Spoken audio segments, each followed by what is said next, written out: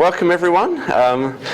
My name is Terry Humphreys. I'm here from Curtin University, and welcome to our Chemaraderie for October.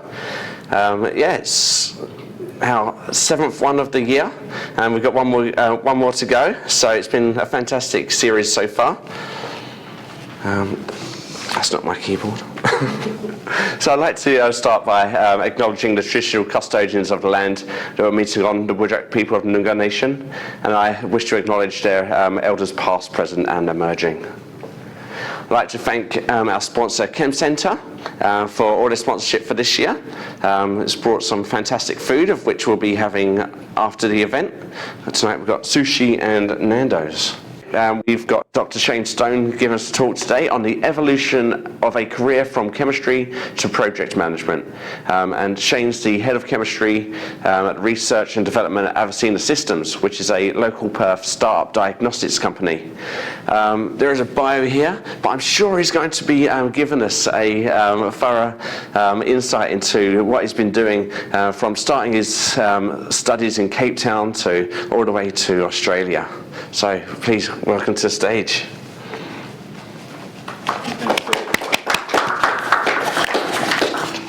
First of all, thank you very much for the invitation to talk and to entertain you with the ramblings of a career misspent doing everything but what I should be doing. Thank you, Terry and Keely, for bending my arm to come and talk. So just for background, I do have a very dry sense of humor, and I do take the mickey, so do not take me overly seriously, please. Today's discussion is more along, I said, an evolution of a career from chemistry into project management, and I'd just like to layer in some context there. I started off as this eager chemist. I love chemistry. It is still the most majestic thing ever.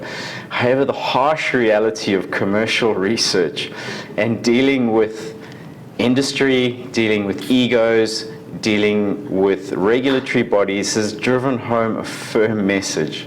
As much as you love something, there are processes behind it that you have to follow. And if you don't follow them, you're going to get yourself in a terrible tangle. And the message for today is document, document, document. That's where the project management comes in. So first up, let's go into why chemistry of all things. Now, we've all got our own reasons. I'm an idiot. I love chemistry. I can't explain it why. It's just there. It's always been there. And I think my passion started off in high school with some idiot, manic, crazy teacher who his whole enjoyment in life was to put a big bowl of water and throw sodium metal into it. He also happened to do that in the school swimming pool and crack the bottom. He was still employed. Anyway, moving on from that, I had a very interesting exposure to chemistry. I entered university, and I actually jumped into a lecture of organic chemistry given by a gentleman called Jack Ellsworth. Now, he's long since passed, but in 45 minutes he drew nothing but diagrams on a board, and he made it beautiful. So in his words, well, what I interpret there is chemistry is beautiful, and it explains life and events, and explains its structure, function, beautiful, all of this stuff. But in the end, it's actually beautiful. Structure is beautiful. And to me, it made rational sense. It provides a why to the process. Now, I also have a little ditty here. Now, the ditty over here, chemistry is easy, chemistry is fun, chemistry is the best thing under the sun.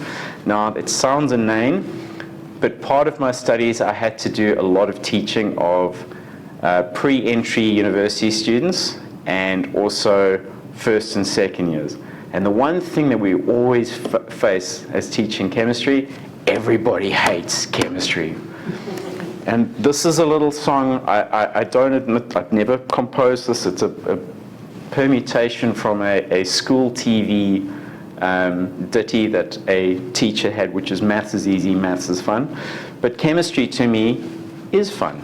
It's easy, but it is also the best thing under the sun. Now, education and training. Now, I happen to be very privileged. I lived in Cape Town. I went to school on the slopes of the mountain, and I went there. University of Cape Town, probably one of the most scenic campuses in the world. My building is just behind there, and unfortunately it was the most ugly building on campus.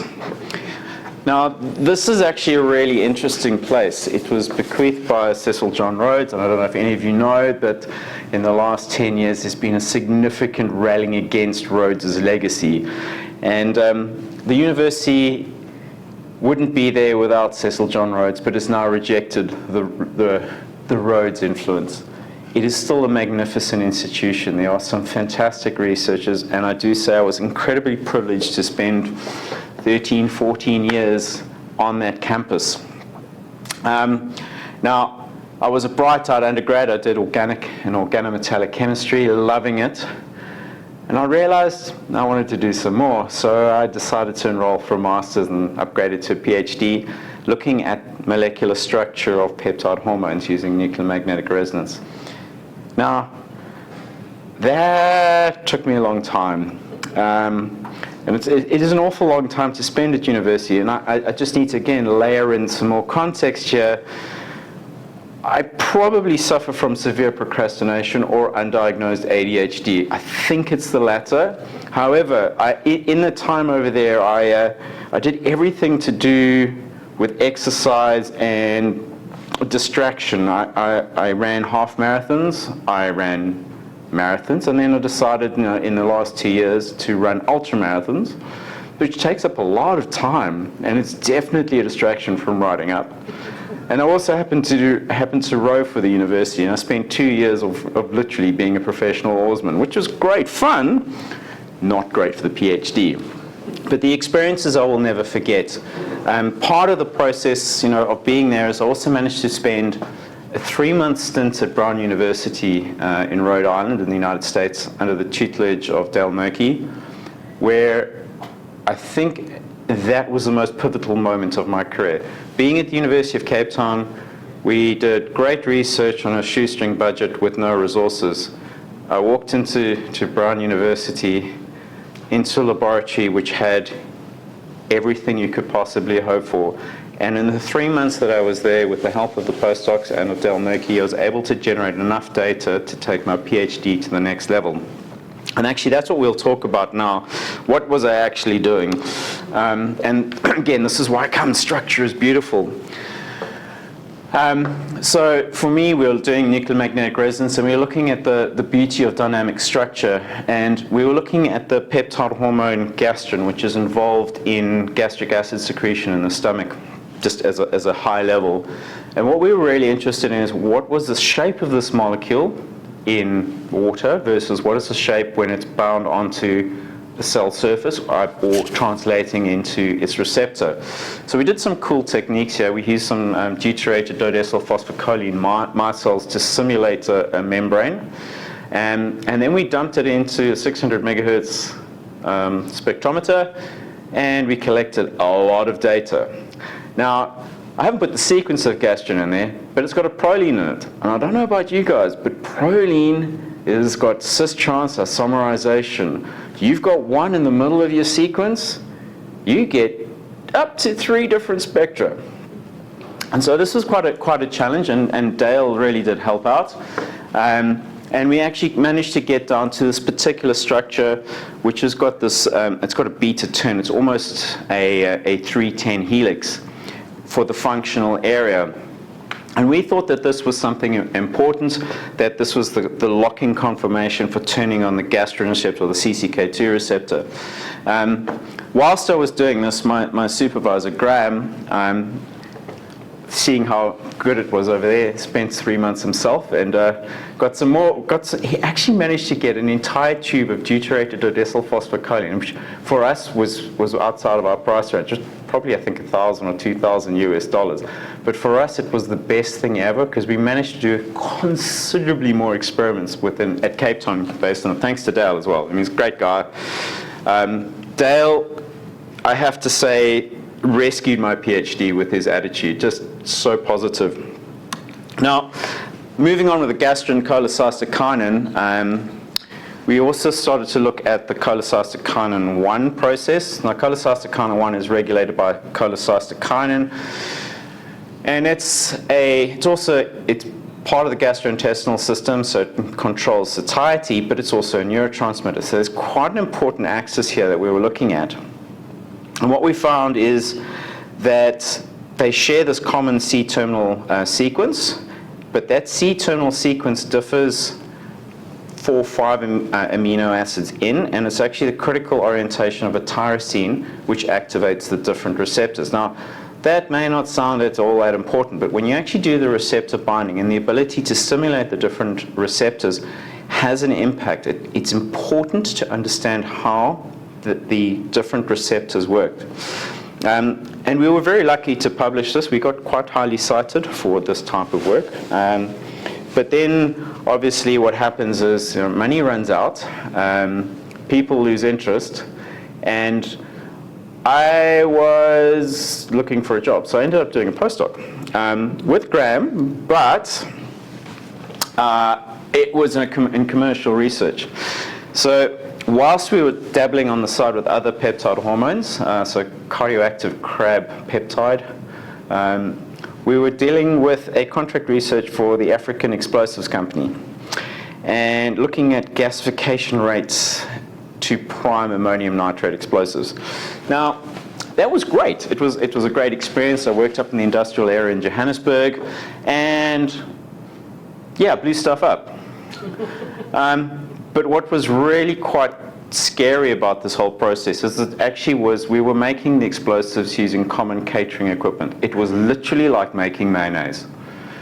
And I think my problem with that came is that the head of the group was actually the former chemical weapons expert from the apartheid era, who scared me a little bit, just more than a little bit. These guys are super smart, super switched on, but we made some ammonium nitrate explosive and we went out into their backyard, their testing yard, and I blew stuff up. And I think at that moment I realized it does go boom. It's loud, it's incredibly destructive, and I realized I like my fingers and I really like my hearing. So as much as I like the chemistry component, I decided that I would finish off the contract and move back into the biological area. But this is a really interesting project because I made up a lot of inactive emulsions and we were trying to determine what the impact of gasification would be on the pH. So I ended up centrifuging emulsions for hours and hours and hours. It's disgusting, it's gross, but we actually found it does make an impact. And it really is all about quality control. It is about documenting exactly what you have. And so this was actually the first, the theme here is traceability and documentation. So here, my lesson was documentation is king. So after all this experience and realizing that I didn't want to blow myself up, I decided to move to Australia, and I joined a company called Pharlogica. Now, it was then a startup biotechnology company based here at the Children's Child Health Research Institute that Fiona Stanley started. It's a company started by Paul Watt and then run with Richard Hopkins. Now, I actually have to give both these gentlemen a lot of credit. They took under their wing a fledgling chemist who knew probably not enough about molecular biology and biotechnology, and they said, give it a go. And Rich particularly gave me a lot of support in the initial ages. Now there's me as a young man, sitting in front of a gel tank doing protein gels. Lots of fun. I'm even wearing a collared shirt, which was a rarity. I don't know about you, but I chose my career that I could go to work in a t-shirt. There I had to look formal for some reason. Anyway, so this was an interesting period. So I've got this base chemistry and understanding of what's going on. I thought I could handle this, and I got thrown in the deep end, straight into something called phage display, looking at filamentous M13 and T7 phage, screening against horrible numbers of targets, and making peptide libraries, and lots of them. Now, I would argue that I had some very important learnings. First one, junk in, junk out. Now, that's making peptide libraries, but it's also looking at your targets, okay? So know your target, validate, and then validate more. If there's one single lesson I will ever give somebody doing any form of screening, is if you haven't got it validated, if you think you've got it validated, go back, do it again, make absolutely sure. One of the most vital lessons, and again, it leads into junk in and junk out. I spent pretty much 18 months screening against a target which was commercially validated, which we found out was not the case. So a lot of wasted time. And I also think there was an important one, was understanding the full scope of the project. At that time, junior, pottering around in the laboratory more, but we didn't have a full context of the project scope, so we needed to understand where we're actually going. Often what you should do is decide on what your endpoint is and do a retrosynthesis back. We were not doing it on those projects. Then I moved on to more kind of modeling and more biophysical techniques. So we managed to bring in a circular dichroism instrument, did some isothermal calorimetry, just understanding more of the drug screening and validation component. And I'd say there, my biggest learning there is details matter. It doesn't even matter how small, you have to know the details. And then I got a bit too big for my boots and I did some scaffold engineering. So I had these illusions that I could do some large-scale protein engineering and I could tinker around. Now this is actually where the chemistry comes in again. So looking at scaffolds and what we were doing, I'll give some slides on that a bit later. And then moved on to cell-penetrating peptides, where the company had been shifting to progressively since about 2012. Probably the last 5 years there's these fail to plan, plan to fail. So you need to plan for success, document everything, when in doubt, over-communicate. And time is money, the best is the enemy of the good. I don't know about you, that's Project Management 101. And I still probably don't communicate enough. Seriously, over-communication has been the best tool that I've used in the last 3 or 4 years. And documents. Anyway, so let's move onto actually the cool stuff of today's presentation. And we're going to look at the scaffold engineering. So I was kind of working in the peptide library space and also ligation. So what we were interested in at that time as an organization was how could we make cyclic peptide libraries, and then how could we ligate our peptides onto protein domains. So we actually were quite lucky in that at that time in 2015, Mark Howarth from Oxford published a seminal paper on spycatcher. Literally it's just a bacterial protein, fibronectin binding protein, which has this unique characteristic of forming an isopeptide bond between 2 different strands. And what they did is they just disassembled it. So they kept 90% of the molecule as one, and they pulled out the isopeptide, the lysine-containing strand, and lo and behold, when you mix them at room temperature, they spontaneously reform and create this isopeptide bond. Now that isopeptide bond is literally a peptide bond between two separate strands of the peptide. So its applications are incredibly broad, and actually the diagram is from Mark Howarth's first paper, which is you can do anything. I mean, you can use cyclization, you can use it's ligation. It was magnificent. So of course, me, smarty pants, goes, ooh, let's go and play. So what we did is we took the spycatcher and we started engineering it. We took out some of the loops and we put in functional proteins. So we put in MDM, MDX. We also put in bovine serum albumin in there as well. We basically showed that the whole thing can recapitulate a functional protein just from standard expression and still retain the ligation properties. Now, we also took that same protein, Mark Anastasis, my colleague, and he managed to get it to display on the surface of T7 phage. So we actually made a T7 phage to which you could ligate a synthetic peptide. We filed a patent for it, but of course we didn't really pursue that. There was no real interest in commercial value in that. And this work was also done in conjunction with Tatjana Heinrich. So the take home is that we're trying to make cyclic display of peptide libraries. We did do that, but we never actually got around to screening them, mainly because the company made a pivot based on commercial interest. So again, what we have is a situation in commercial research where you spend 18 months, 2 years of your life documenting and trying to get everything in place for an idea, and money talks and you move into a new area. And that new area was cell-penetrating peptides.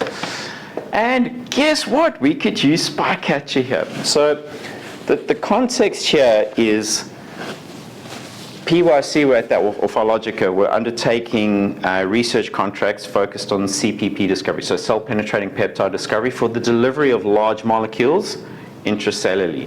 Now, it's incredibly hard practice to do. Most people have used a molecule called TAT as the agent to deliver, but it's incredibly inefficient. We are talking 0.1% max. Really not good. And so what we did is we actually started looking at how to do this. But before you can actually do cell-penetrating peptide screening, you need to develop a set of tools to ensure that you can detect a synthetic peptide that gets inside the cell and has a functional readout.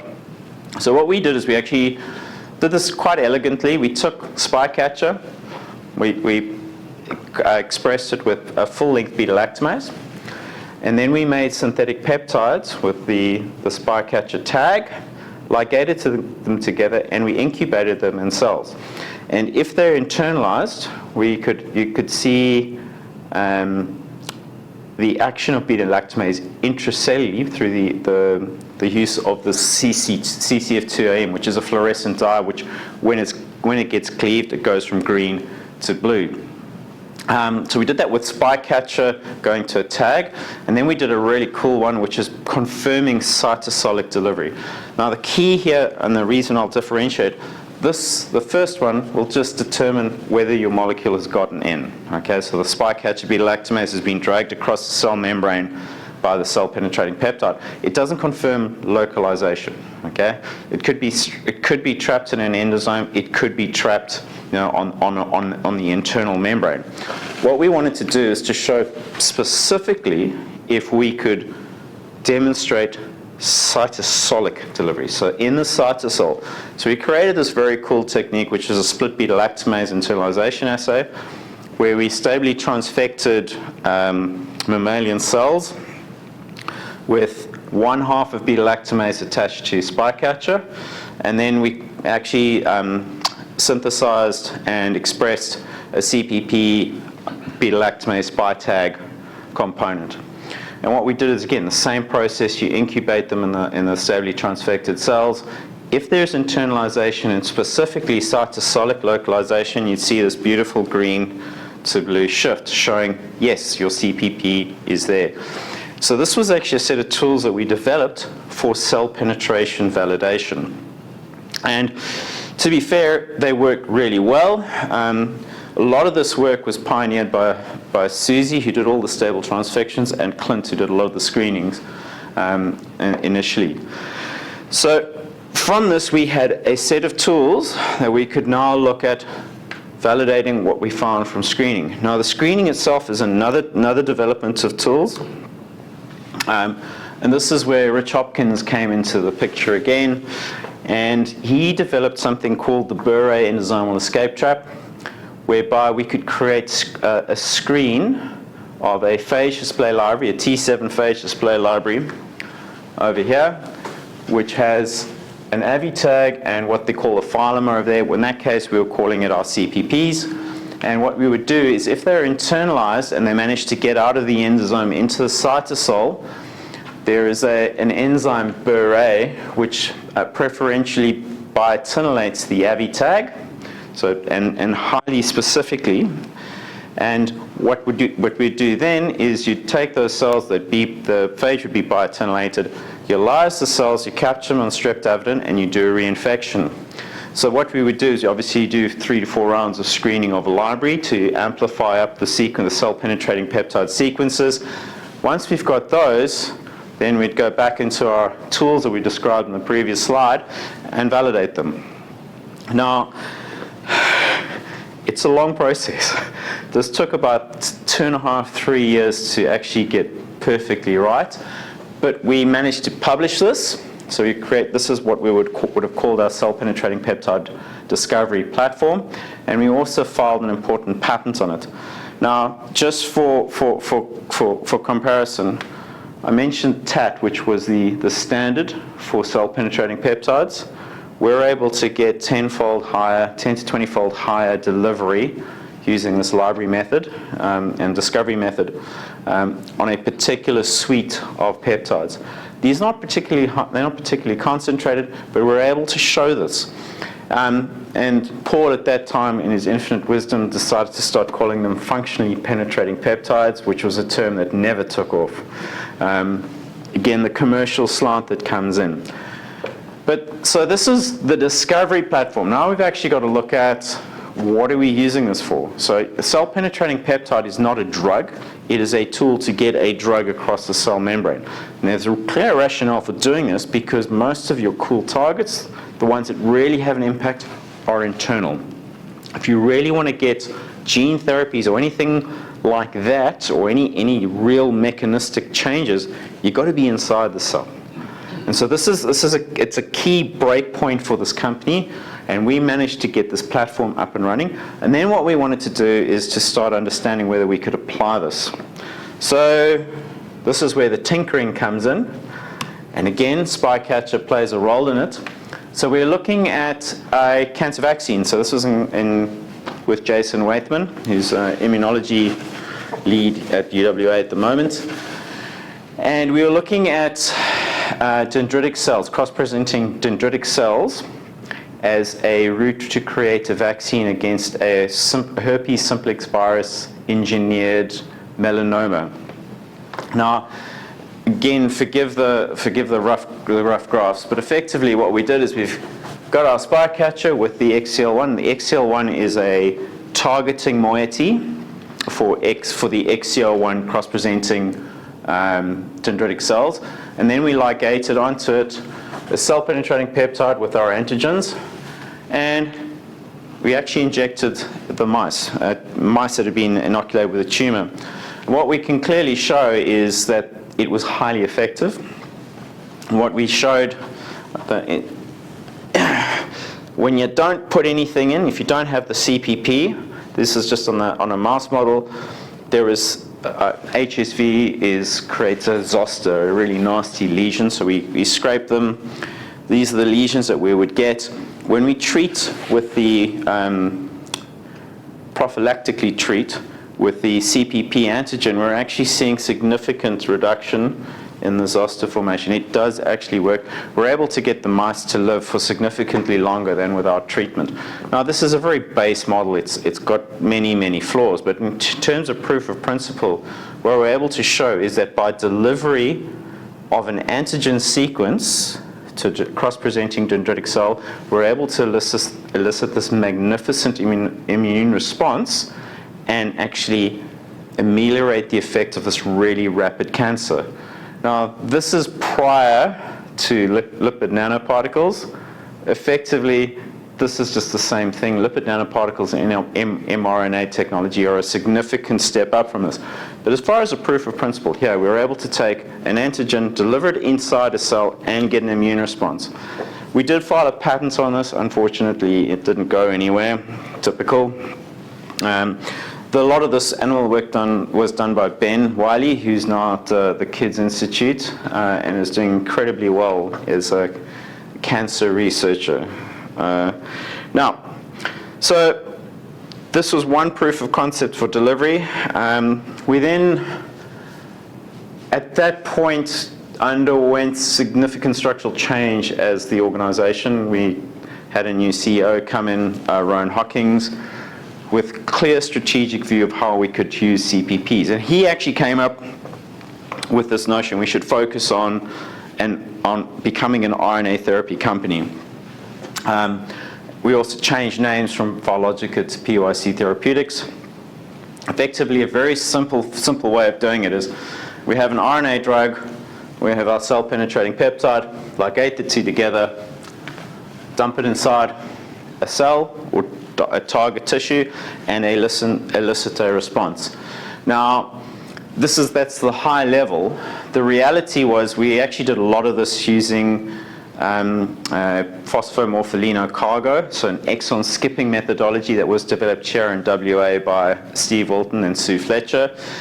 And our target for this one was looking at retinitis pigmentosa, a permutation that if we were able to get an exon skipping event happening, we could upregulate a different protein, functional protein, and that would alter the impact on RP11, and you'd actually be able to see no degradation in sight. Now, this is currently, I think, in phase 2 clinical trials.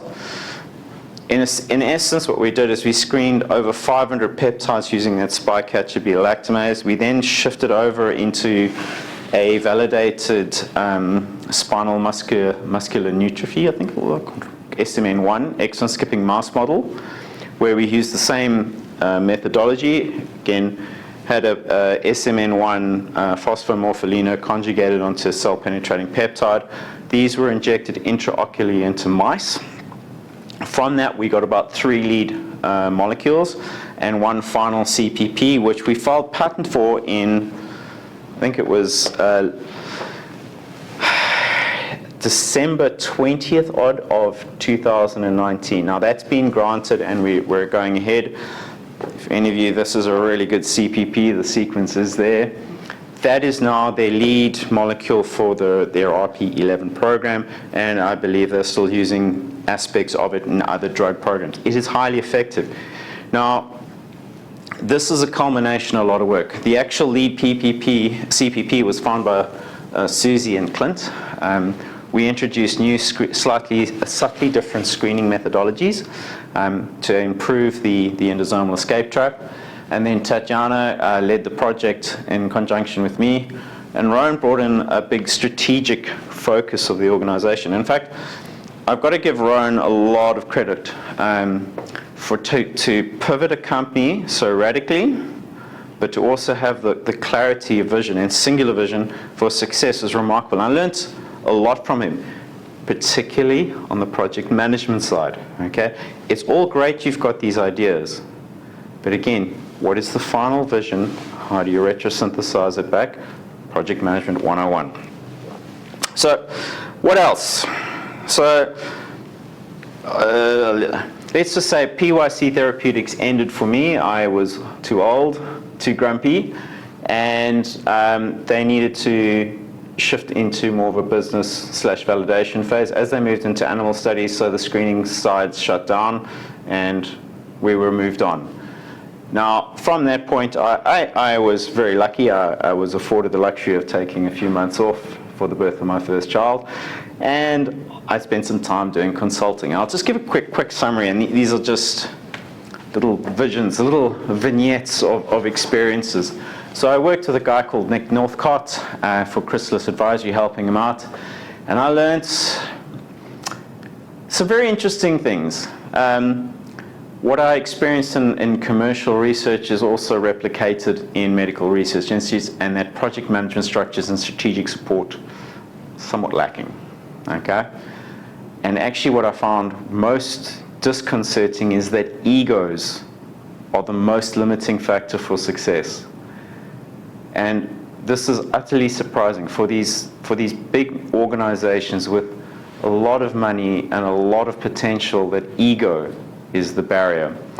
But the other side, there's a very positive side here. I got to look under the hood of a number of organizations, and I can quite clearly say the innovation in Australia is bloody healthy. It is amazing. We are really batting well there. I then also helped out a friend of mine, Pavinder Kaur at UWA, looking at metabolic engineering, which is an ex-planter. So this is just implementing an isoflavonoid biosynthetic pathway into yeast. Just a simple academic project which potentially had commercial outcomes. And what I learned there is even the best laid plans, even with the best possible project management, things can fail. but importantly that failure can also lead to success.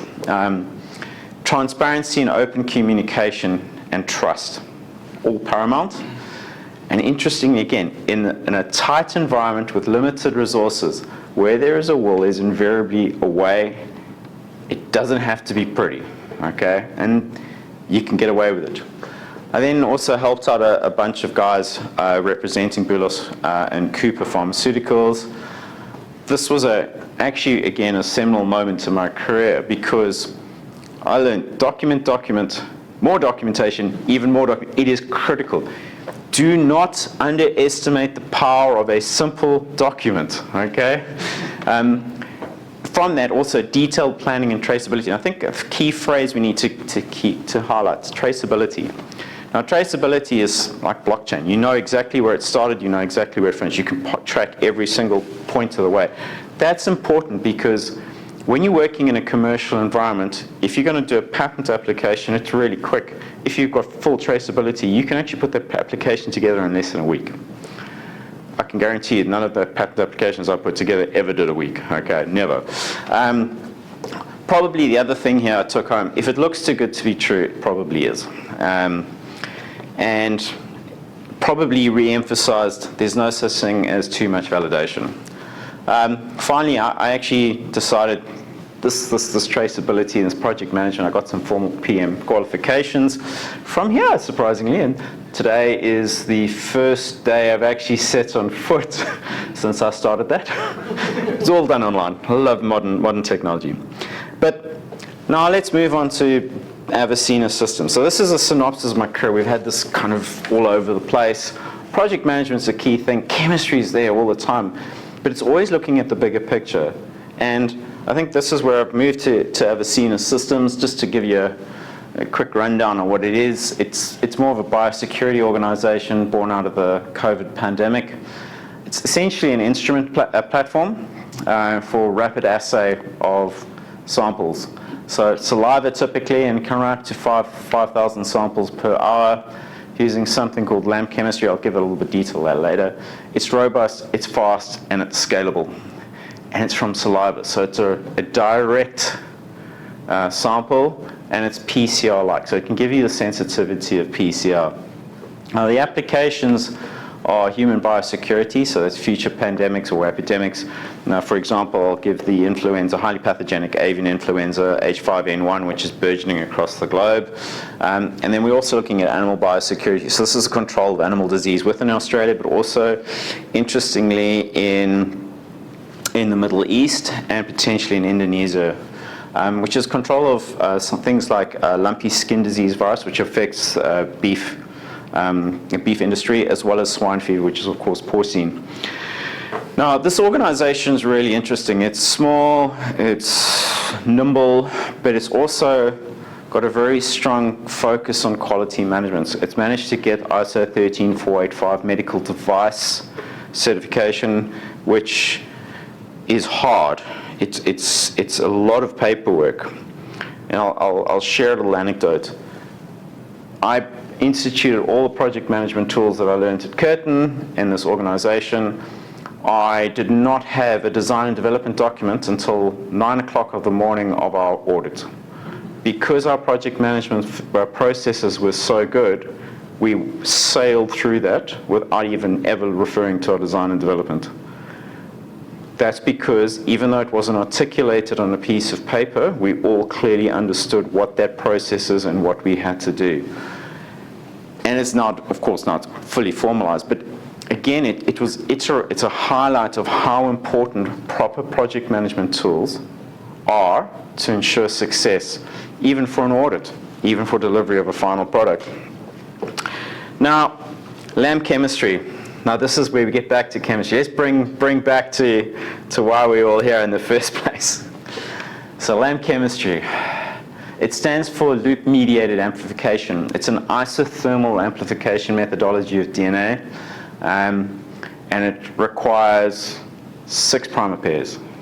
So normal PCR, you get 2 primers, right? And if you're doing RT-PCR, shove a probe in there as well for 3. We're looking at 6, okay?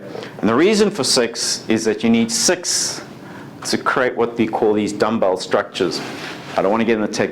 It took me months to get to fully understand this. But some genius in Japan managed to figure out, by playing around with the sequences of primers, you can actually get the DNA to self-fold on itself, and you can use that to amplify up. It's incredibly fast, and it's isothermal. Using an isothermal enzyme running at 65 degrees basically allows you this incredibly rapid amplification. Now, the fast reaction I've got there is less than 25 minutes. We can actually get that down to about 5 to 8 minutes under the right circuit. It is insanely fast. And when you couple this with a DNA intercalating dye, you can have a fluorescent readout incredibly rapidly. Now, the idea here is to get one target. You can get really rapid amplification. As an organization, we're actually moving towards multiplexing, where we're trying to combine 4 targets into a single reaction with differentiation. And so what we're doing is, what I'm responsible for is actually doing this from the chemistry side. What type of reporters are we using?